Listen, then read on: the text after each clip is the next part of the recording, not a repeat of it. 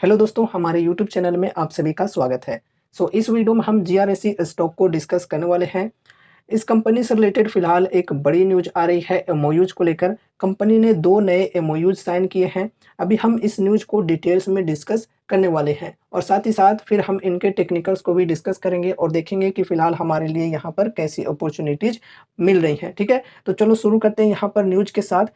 तो देखो यहाँ पर फर्स्ट एमओयू की अगर हम बात करें तो फर्स्ट एमओयू की गई है MS Merlin Hawk Aerospace company के साथ। सेकंड एमओयू की बात करें तो सेकंड एमओयू की गई है एमएस केल्ट्रॉन के साथ।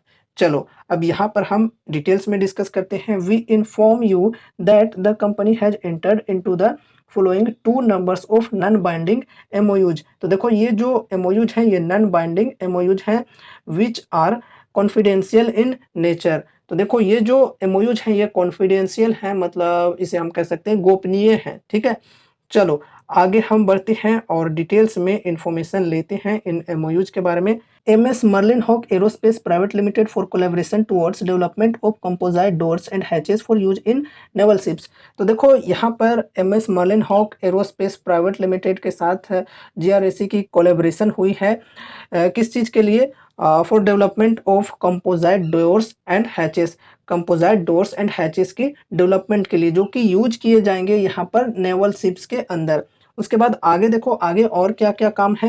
Counter UAV solution using ADFCS along with CRN 91। तो यहाँ पर एडीएफसीएस एंड सीआरएन 91 की डेवलपमेंट की जाएगी यूएवी सॉल्यूशन को काउंटर करने के लिए। उसके बाद देखो ईओआईआरएसटी की डेवलपमेंट की जाएगी फॉर सर्विलेंस के लिए, ठीक है?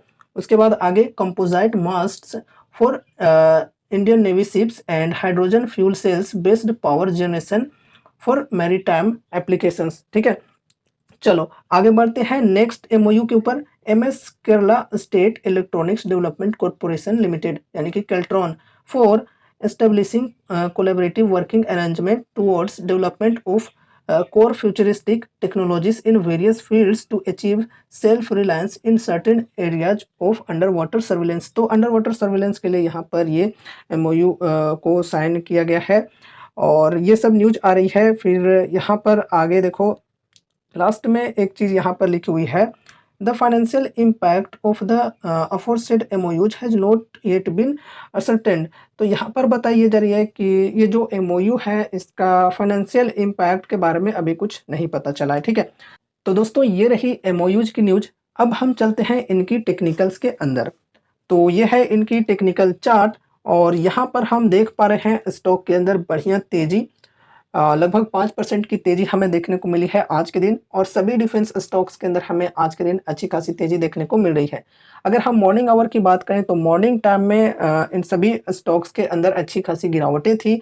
यहाँ पर अगर हम इस स्टॉक के ओपन प्राइस की बात करें तो ओपन प्राइस थी 2425 की, जो कि बेसिकली एक सपोर्ट की लेवल है और यहाँ से सेलिंग प्रेशर काफ़ी देखने को मिली तो गिरकर ये जो प्राइस है ये आ गई 2380 तक, ठीक है? एंड फिर यहाँ से रिकवरी आई स्टॉक के अंदर। तो ये जो स्टॉक है ये यहाँ से तेजी दिखाई और हाई लगाई यहाँ पर 2578 का। फिलहाल यहाँ पर 2572 पर ट्रेड कर रही है। अभी मार्केट क्लोज होते होते देखते हैं ये जो तेजी की परसेंटेज है ये बढ़ भी सकती है या फिर घट भी सकती है, ठीक है? और यहाँ पर अगर हम अभी अपॉर्चुनिटी की बात करें लॉन्ग टर्म इन्वेस्टमेंट के लिए तो फिलहाल यहाँ पर डिस्काउंट तो सही नहीं है, लेकिन यहाँ पर एक रिस्क और है कि अभी कल बजट आने वाली है तो बजट में क्या चीज़ें देखने को मिलती है वो कोई नहीं जानता है, ठीक है?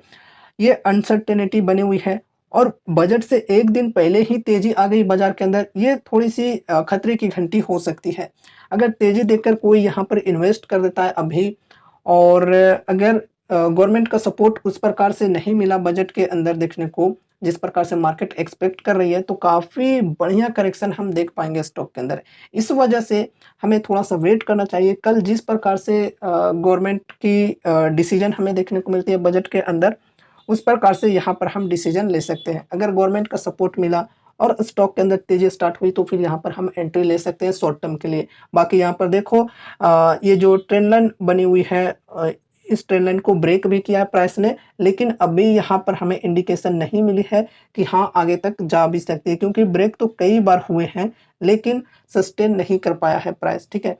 तो कल यहाँ पर अगर इसके ऊपर कैंडल बनती है और गवर्नमेंट का सपोर्ट देखने को मिलता है बजट के अंदर, तो फिर स्टॉक के अंदर बढ़िया तेजी आ सकती है। तो शॉर्ट टर्म के लिए यहाँ पर हम एंट्री ले सकते हैं और 52 वीक हाई के लेवल तक का मूवमेंट को कैप्चर कर सकते हैं। बाकी लॉन्ग टर्म के लिए अभी डिस्काउंट सही नहीं है।